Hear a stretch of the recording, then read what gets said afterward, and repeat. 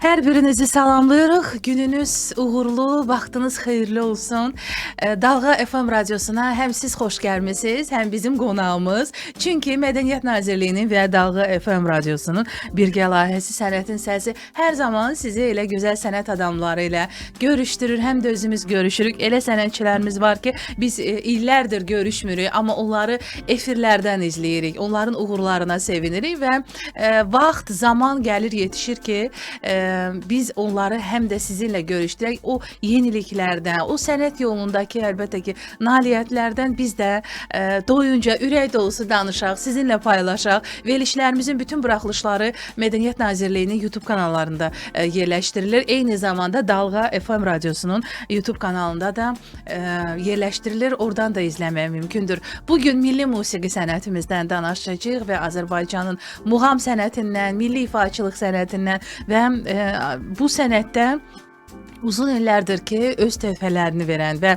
zamanında illər əvvəli xatırlasam, Xalq Ulduzu yarışmasını xatırlamalıyıq ki, Xalq Ulduzu yarışmasının qalibi olmuş və bugün artıq həm də bir pedaqoji fəaliyyətlə öz yetirmələri olan və öz artıq məktəbini yaradan bir xanəndə Tural Salmanov bugün bizimlədir. Xoş gəlmisiniz Tural müəllim. Çox sağ olun Sevinç xanım. Mən də sizi və bizi dinləyən bütün Dalğa FM dinləyicilərini salamlayıram. Hər kəsin sabahı Təşəkkür edirik. Çox sağ olun.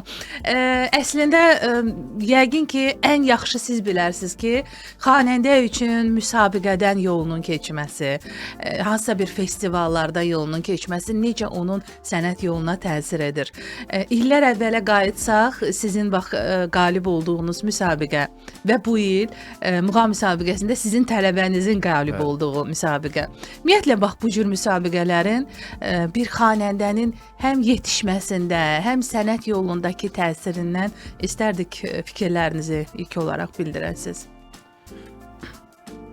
Sevinç xanım, təbii ki, ifaçının yetişməyində müsabiqələrin çox böyük rolu var. Bəli. Bu danılmaz roldur. Təbii ki, həm səhnədə necə davranmaq lazımdır, sərbəstlik, özünə inam, bunlar çox vacib şərtlərdir. Bəli. Və məndə Xalq Ulduzundan qabaq Bülbül adlı məktəbdə oxuyurdum hər zaman. Siz orada oxuyurdunuz. Bəli, oranı bitirmişəm. Kimdə oxumusunuz təhsil almışsınız? Mənim ümumiyyətlə ilk müəllimim məni sənətə gətirən Nuriyə Hüseynov olub. Salamlayırıq. Yadıma düşdü. Nuriyə xanımı da salamlayırıq. Biz verilişlərin birində Nuriyə xanımla sizinlə də görüşmüşdük. Yadıma düşdü.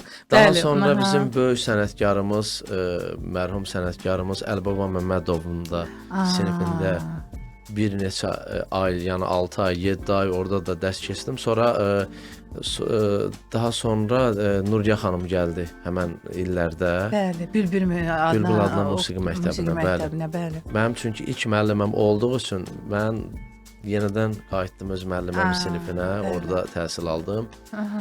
Və həmən illərdə mən Yaşıl Yarpaq teleradio müsabiqəsi vardı. Azərbaycan Dövlət Televiziyasının keçirdiyi. Bəli, xatırlayıram. Həmən müsabiqədə mən qalib oldum. Demək ki, əslində Xalq Ulduzundan başlanmamışdı bu yol. Bəli, bu yol məsələ Dövlət Televiziyasında keçirilən o müsabiqədən siz qalib olmuşdunuz. Bəli. Sonra məktəblər arası konkurslar keçirilirdi o vaxtı, yarışlar keçirilirdi.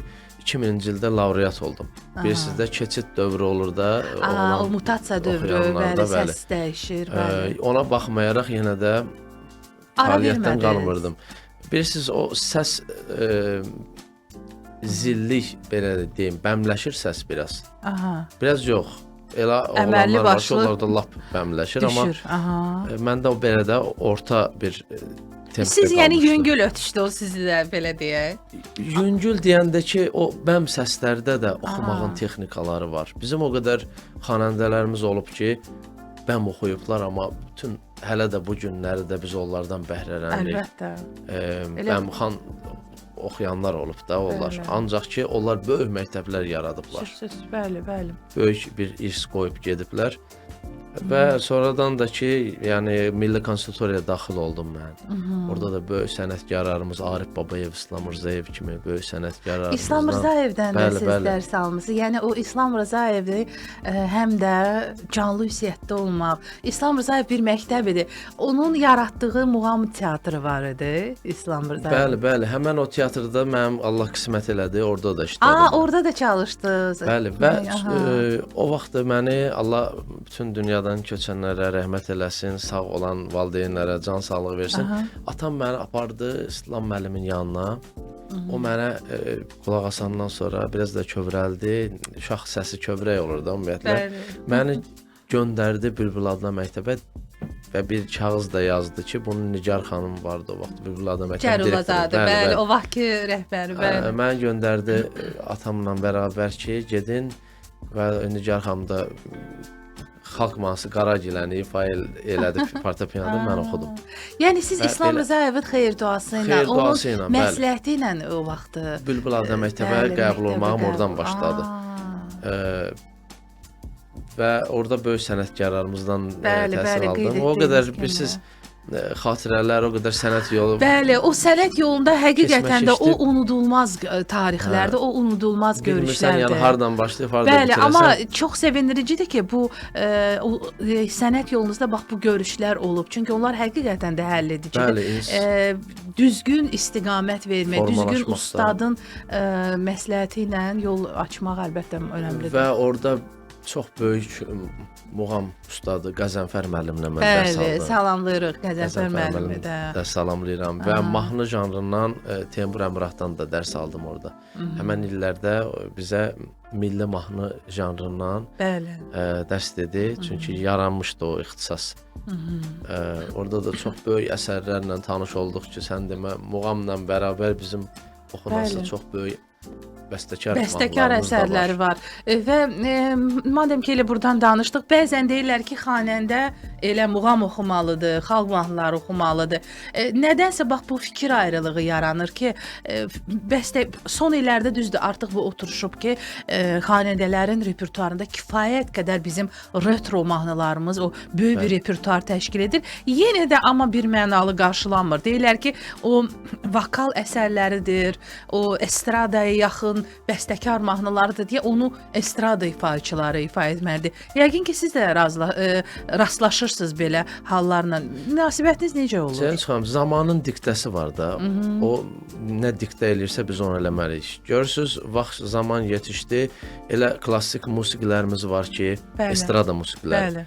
Müəyyən verilişlərdə bildiyimiz layihələr olurdu orada, yəni duet ifa olunurdu. Orada görürsüz, hər cürə mahnılara müraciət artıq yarandı. Yəni peşəkar musiqilərdən gedir. Tələbat var hər zaman. Tələbat var. Muğam elə bir şah əsəridir ki, musiqinin şah əsəri. Muğamı bəzən lazımsız yerlərdə də oxuyurlar və tələb edirlər ki, burada oxuyasan. Elə yer var, orada keçmir də, lazım deyil onu hörmətdən salmaq. Muğam hörmətlidir axı hər zaman. Yəni deyir, bir söz var, deyirlər, muğam hər yerdə o ifa olunmamalıdır. Əlbəttə, o ifa olunanda da elə formada ifa olunmalıdır ki, onu gənclərə sevdirə biləsən. Qəliz çətin tərəfindən yanaşmayasan. Bəli. Çünki bir işin asan tərəfindən başlayanda onu təqdim edəndə o daha tez qavranılır, istənilir. Bəli.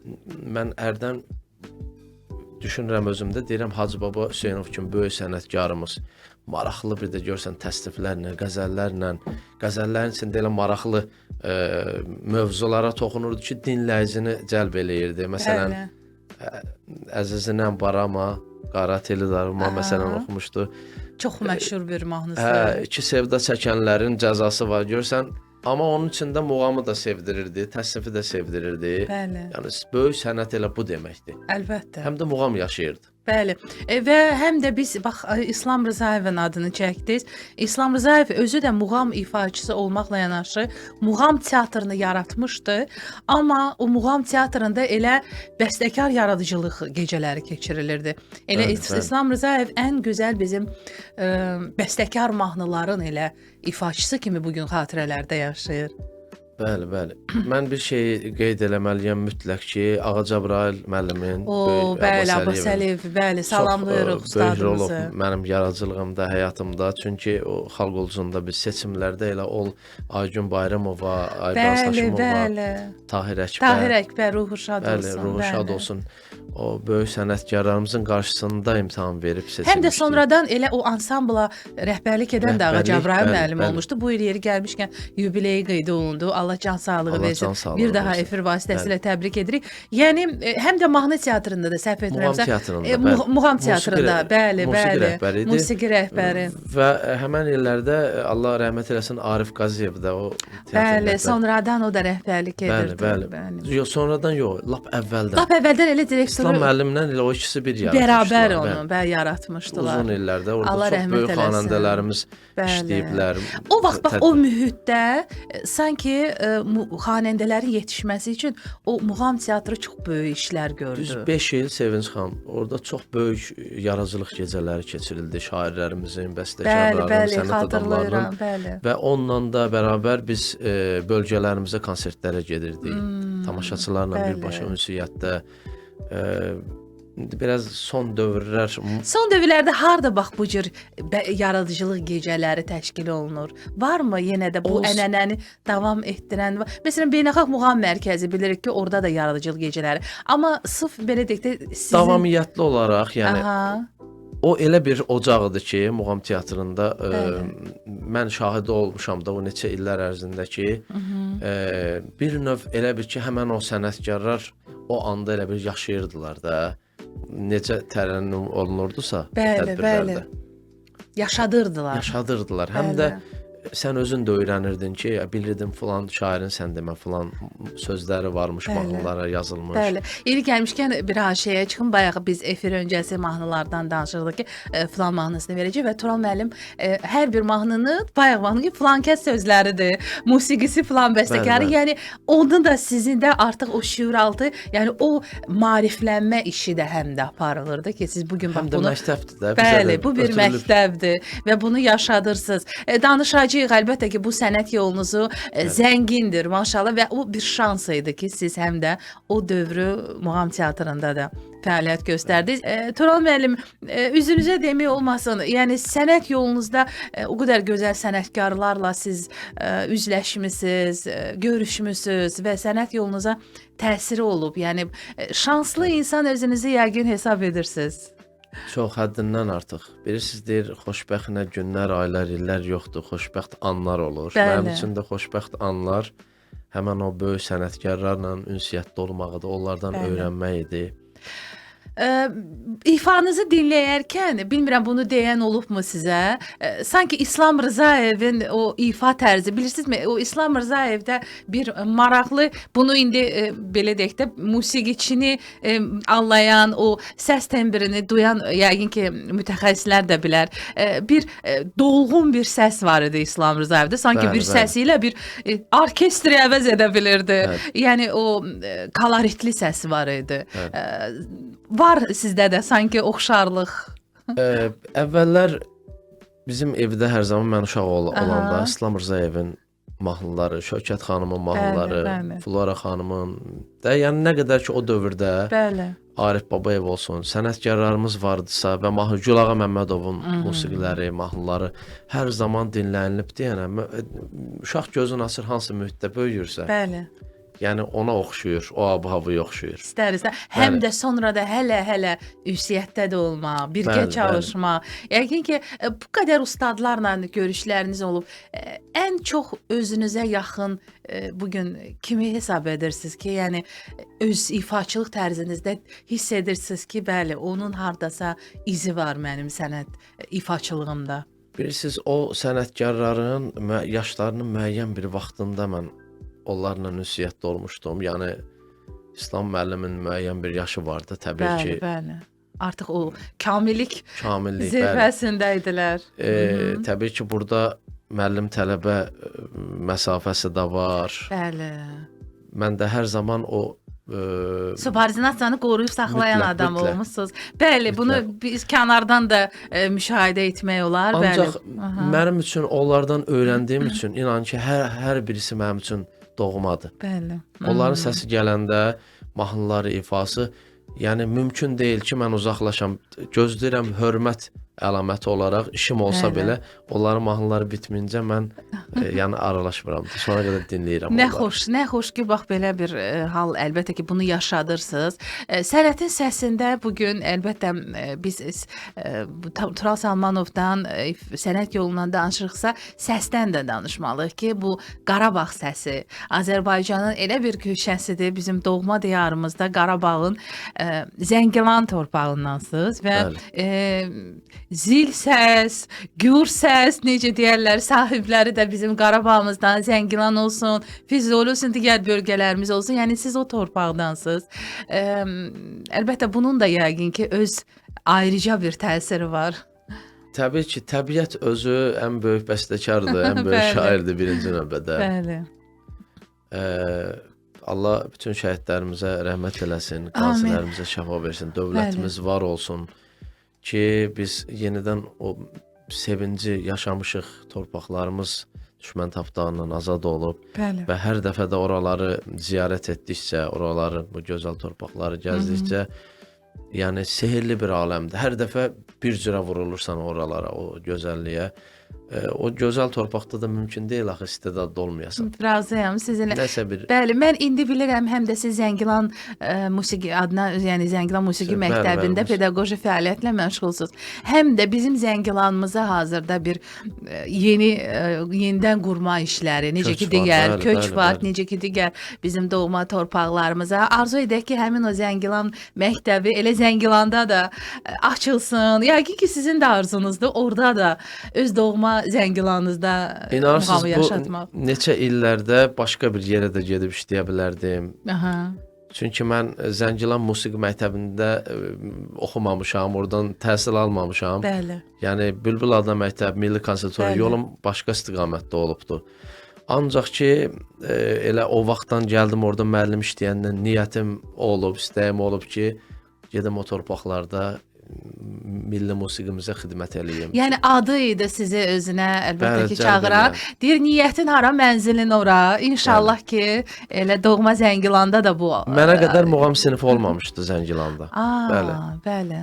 Məndən, yəni sonra mənlə yarandı. Elə bir təşəbbüs də sizinlə yarandı burada. Bəli, mənə dedilər ki, Zəngilan şəhər musiqi məktəbi var, amma burada heç vaxt muğam sinifi olmayıb. Artıq da sən müəyyən qədər tanınırsan, sən mütləq gəlib burada dərs deməlisən. Mən də dedim. Artıq neçə ildir orada fəaliyyət? 15 il. 15 il? Bəli. Ay maşallah, uzun bir zamandır. Yəqin ki, bundan sonra həm də bir Zəngilanda da o bizim gənc xanəndələrimizi, Qarabağ bülbüllərimizi yetişdirəcəksiniz. Çünki uzun illər bunun arzusundasınız. Necə ki, bizim Qarabağ Universitetimiz fəaliyyət göstərir Xankəndidə. Ağdam muğam mərkəzimiz açıldı. Sözsüz ki, vaxt yetişəcək Zəngilanda da bax o gözəl musiqi axşamları keçiriləcək və bu məktəbdən madam ki danışdıq, mən istərdim həm də bu məktəbdə elə sizin sinifin yetirməsi Yusif Mustafayev danışaq. Bu il muğam müsabiqəsində 9-cu muğam müsabiqəsində finalçı oldu. Finalçılardan biridir. Diplomat hətta. Bəli. Sonluqda bizim gözəl diyarımız Laçında oldu, Laçın şəhərində. Belə görüntüsü bəs eləyirdi onun. Yəqin ki, hər bir kəs izləmişdi. Canlı izləyirdik dövlət televiziyamızda. İlk tövsiyəniz nə olur? Bax, Yusif Mustafayeva həmin o müsabiqə dövründə nə ilk olaraq bir müəllim kimi, həm də pedaqoji fəaliyyətdə bugün məşğulsuz.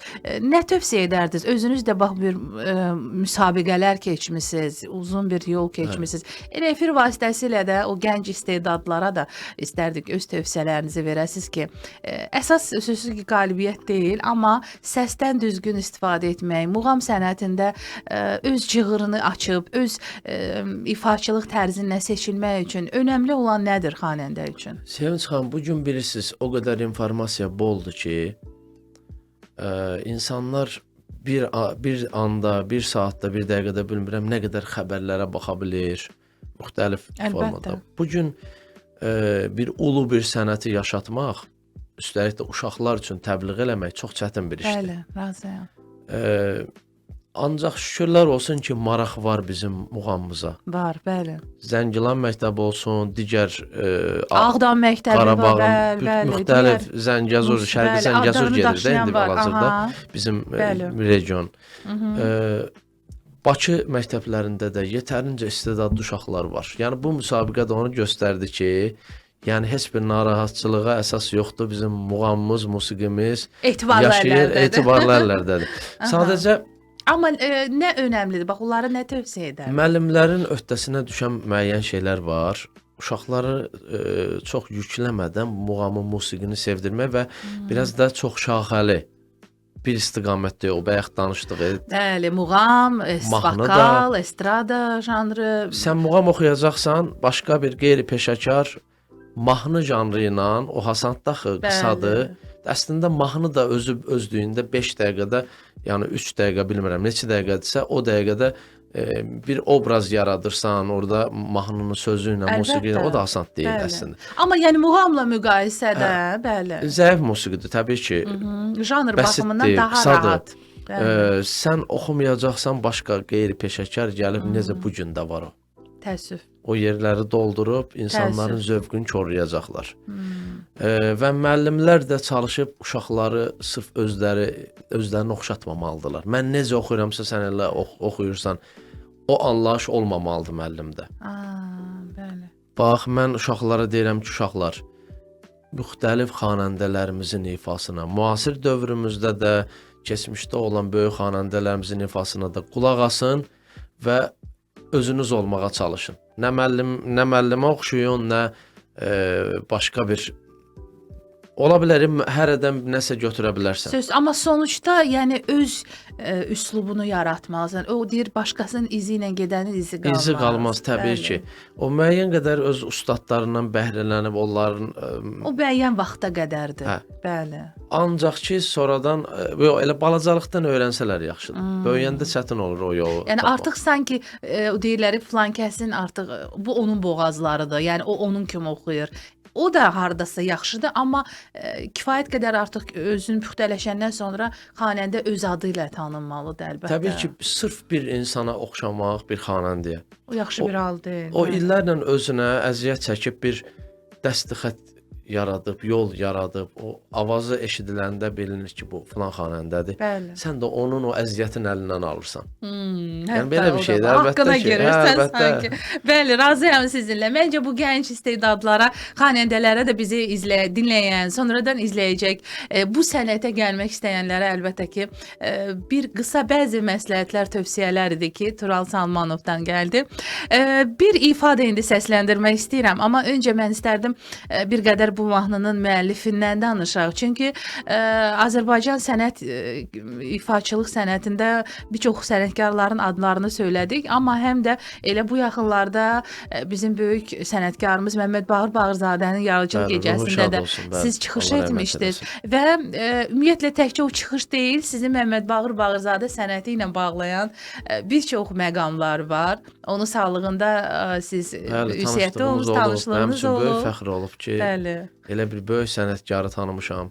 Məmməd Bağır müəllim çox zəngin repertuara malik, daxili aləmi də gözəl insanıdır, rəhmətli. Muğamları necə bilirdi? Muğamlardan keçidlər vardı ki, elə keçidlər onu hər adam, hər xanəndə eləyə bilməzdi. Biz də konservatoriyada oxuya gedib Asif Zeynallarla musiqi kollecində oturub o böyük sənətkarı dinləyirdik, nəsə oğramağa çalışırdıq.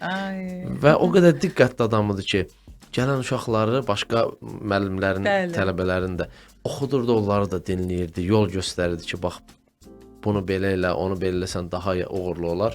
Və məni də dinləmişdi. Nə söyləmişdi sizə? Nə yadınızda qaldı? Bax, Məmməd Bağır Bağırzadənin ilk, belə deyək də, bugün də yada saldığınız bir cümləsi. Hamıya baxırdı belə, çox həssas adamdır, istedadlı insanıdır.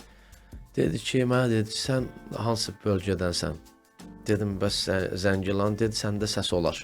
Olmamış olmaz. Dinlədi məni, dedi, çox maraqlı səsdir, belə, onun üçün maraqlı gəldiyi üçün. Dedim, və sizin də bir mahnılardan birin xatırlayarsan məni, ifa elədim buna. Çox qəribə qarşıladı ki, bu az ifa olunanda hardan öyrənmisən nəsə də dedim də müəyyən bir yolla öyrəndiyimi dedi onun halallığını verirəm sənə oxub yazdırarsan bunu. Amma mən onu yazdıranda artıq dünyasını dəyişmişdi. Ay, amma canlı sizə eşidə bildi o mahnını. Bəli, həmən mahnını eşitdi canlı mənim ifamda. Bəli. Çünki onun üçün də maraqlı idi ki, başqa ifada bunu eşitmək. Amma efirdə heç vaxt oxunmamışdı o mahnı. İlk dəfə mən ifa elədim onu. Bax, bunu mən bilmirdim. Bugün öyrəndim. Sən demə, bax deyirsiniz az ifa olunan, amma bugün çox tez ifa olunan bir mahnıdır. Amma sən demə, o vaxt zamanında siz onu xatırlamısınız o mahnını üzə çıxarmısınız və lentə aldırmısınız. Çünki bugün demək olar bütün xanəndələrin repertuarında xatırlayarsan mənim mahnı işləməyim. Xatirələr dünyası var mahnı, bir də ki xatırlayarsan məni. Xatirələr mahnısı da bir başqa. Sizin repertuarınızda sevildi. O da sevildi. Bəlkə yaradıcılıq gecəsində nəyi ifa etmişdiniz? Yaradıcılıq gecəsində Zabul təsnifi vardı onun. Orada sırf belə qurulmuşdu ki, senari, orada ancaq təsniflər ifa olunmalı idi və onun Zabul təsnifini ifa elədim. Çox çətin təsnif imiş. Və hamı da gördü ki, sən demə Məmməd Bağır müəllimin təsnif muğam yaradıcılığı da çox zəngin imiş. Dilkeş təsnifi, Dilkeş muğamında bir çox mahnılar bəstələyirdi. Siz demək ki, az nadir hallarda ifa olunan ifalara müraciət edirsiniz. Mən belə başa düşdüm. Təbii ki, yəni xalq ulcunda da elə belə idi.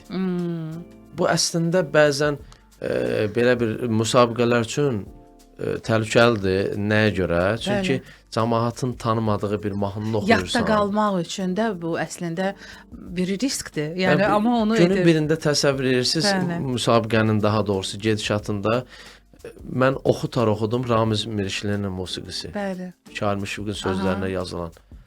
Ki Ağca müəllim dedi, yəni bu böyük bir əsərdir. Bunun altından çıxa bilərsən, qaldıra biləcəksən bunu. Ancaq ki, şükürlər olsun, onu ifa elədim. Füzuli kantatası ifa elədim. Onu da o vaxt ifa etmişdim. Sizə hardan bu belə deyək də bu cürət mi deyim, özünə belə güvən mi deyim, nədən yaranırdı bu ən çox? Bilirsiniz, düşünürəm ki, sənətə xidmət elə bu deməkdir. Ya bir işi layiqincə yerinə yetirməlisən, həm də çox da populyarlıq dalınca qaçmaq kimi bir istəyim yoxdur. Uşaqlıqdan çünki bu sənətə gələndən bir sevgim olub. Bəli. Daha 10 yaşdan bu sənətə gələn adamın necə bir başqa amalı da ola bilməz. Belə deyim, istəyi ola bilər ki, mən gəlirəm pul qazanmağa. Sən o düşüncə ilə gəlməmisiniz. Bugün sayənizdə Tural müəllim o qədər gözəl sənətkarlarımızı yad etdik. İnanıram ki, dinləyicilərimiz də böyük zövq aldılar. Çünki repertuarınızda bütün sənətkarlarımızın sənətini yaşadırsınız. Bugün onların yolunu, məktəbini davam etdirirsiniz və hətta mən deyim, Tural müəllimlə biz yəqin ki, efirdən sonra əyləşib mən bir bloknot götürəcəm və bütün mahnıların sözlərini sizdən soruşacağım. Çünki canlı ensiklopediyasınız həm də. Bir də görürsünüz ki, uşaqlara qəfildən suallar verirəm ki, bəstəkarlarımız, xanəndələrimiz haqqında artıq dəftərin arxasına qorxudan yazıblar ki, onlar da hazır gəlirlər, bilirlər. Uşaqkən bilməkləri yaxşıdır. Əlbəttə, çox gözəl. Bir kitab vardı, o vaxt mən onu əldə etmişdim. 1001 mahnı. Bəli. Orada bütün bəstəkar və söz müəllifləri yazılır, amma sən demə Tural müəllim daha çoxunu bilir və mən də öyrənmişəm də böyük müəllimlərimiz dediyim o böyük sənətkarlarımızdan. Həmin o müsabiqədə də Xalq Ulduzu yarışması olsun, Bülbül adına Orta İxtisas Musiqi Məktəbi, sizin muğam əlbəttə ki teatrı və bu gün də pedaqoji fəaliyyət də həm də sizi bilavasitə, yəni ona bir dəlalət edir ki, yəni siz bunu özünüz bilib də bu bildiklərinizi ötürürsüz. Bu gün Azərbaycan ifaçılıq sənətində gənc istedadlar yetişdirirsiniz. Var olasınız Tural müəllim. Uğurlarınız bol olsun. Amma istərdik sonuçda bax sənət yolunuza nəzər yetirdikdə söhbətlərinizdən də yəqin ki, bunu hər kəs duydu ki, amalınız, məqsədiniz yalnız və yalnız sənəti yaşatmaqdır. Az ifa olunan mahnılara müraciət edirsiniz. Populyarlıq dalıca qaçmırsınız. Arzunuz sənətdə fəth etmək istədiyiniz zirvə nədir? Sənətdə zirvə görünmür də, o sonsuzdur təbii ki. o mahnıda da deyildiyi kimi arzular çox, ömür az. Bəli. İndi Allah nə qədər qismət eləyəcəksə, hara qədər gedə biləcəksə, çalışacağam ki, yenə də uğurla. Bəzən elə bir musiqi, elə bir mahnı olur ki, onu yazıb hazırki durum vaxtda Bəli. bütün insanların dilinə düşmək olar, hamısını dinləyə bilər. Amma musiqi deyil də, musiqiyə çox zərbə vuranlardan da biri sən ola bilərsən. Yəni onu yazıb ortalığa çıxartsan.